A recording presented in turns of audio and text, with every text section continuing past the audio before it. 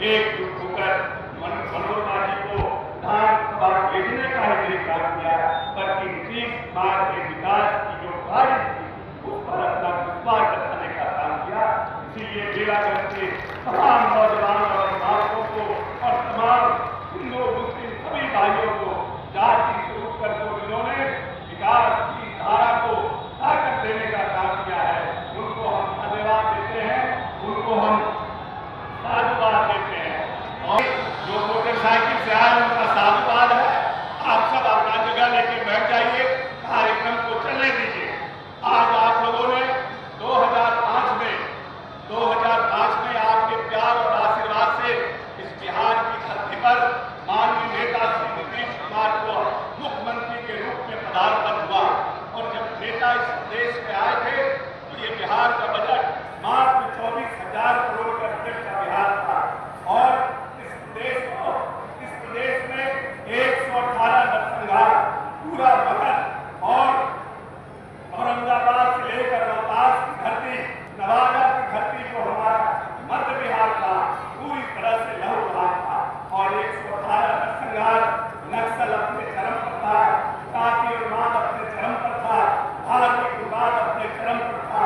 वैसी परिस्थिति में माननीय नेता को बिहार मिला था और बिहार का बजट मात्र 24,000 करोड़ रुपया था। अपने 20 वर्ष के कार्यकाल में माननीय नेता ने न सिर्फ इस प्रदेश के लिए वित्तीय प्रबंधन किया, बल्कि अपनी दूरगामी सोच से इस बिहार को सफल बनाने का काम किया। और आपको जानने की क्षमता होगी कि माननीय नेता के 20 वर्षों के कार्यकाल में आज बिहार लगभग 3,17,000 करोड़ के बजट पर बैठा हुआ है। और माननीय नेता ने इन 3,17,000 करोड़ के बजट से बिहार की मूलभूत संरचना को बदलने का काम किया।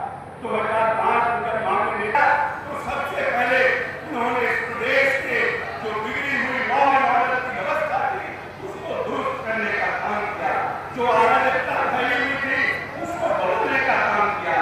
और जो बच्चे स्कूल से बाहर थे उन्होंने पूरे बिहार में एक सर्वे कराया कि क्या कारण है कि बिहार की आबादी इतनी बड़ी है, 5 किलोमीटर में पूरी दुनिया में बिहार का घनत्व, जो जनसंख्या का घनत्व है, पूरी दुनिया में सबसे ज्यादा है।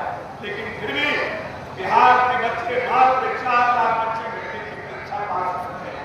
क्या कारण है कि बिहार में हमारे यहाँ इतने कम लोग मैट्रिक की परीक्षा पास करते हैं? जब नेता ने सर्वे कराया तो नेता को पता चला कि 10% बच्चे स्कूल के बाहर हैं। और माननीय नेता ने इस दलित महादलित के बच्चे हैं, वो बच्चे इस अल्पसंख्यक समाज के बच्चे हैं। और उन जगहों पर माननीय नेता ने प्राथमिक विद्यालय का निर्माण कराया। और आप सोचिए कि आज 20 वर्ष के बाद बिहार में मात्र 1% से भी कम बच्चे स्कूल के बाहर रह गए हैं, कुछ चंद बच्चे स्कूल के बाहर रह गए हैं। और माननीय नेता ने उस सर्वे के बाद इस प्रदेश में टोला सेवक और तालीम मरकज का गठन किया और उसके माध्यम से हिंदुस्तान के इतिहास में बिहार पहला राज्य बना जहाँ टोला सेवक और तालीम मरकज का गठन हुआ। और उन बच्चों को विद्यालय लाने का माननीय नेता ने काम किया और उनको विद्यालय लाए। 25,000 प्राथमिक विद्यालयों का निर्माण कराया, लगभग 2.5 लाख अतिरिक्त वर्कर्स का उन्होंने निर्माण कराया। अब तो हर एक पंचायत में विद्यालय का उन्होंने निर्णय किया है और लगातार शिक्षकों की बहाली करके शिक्षा व्यवस्था को सुदृढ़ करने का काम किया है।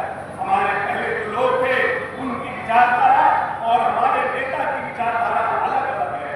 इस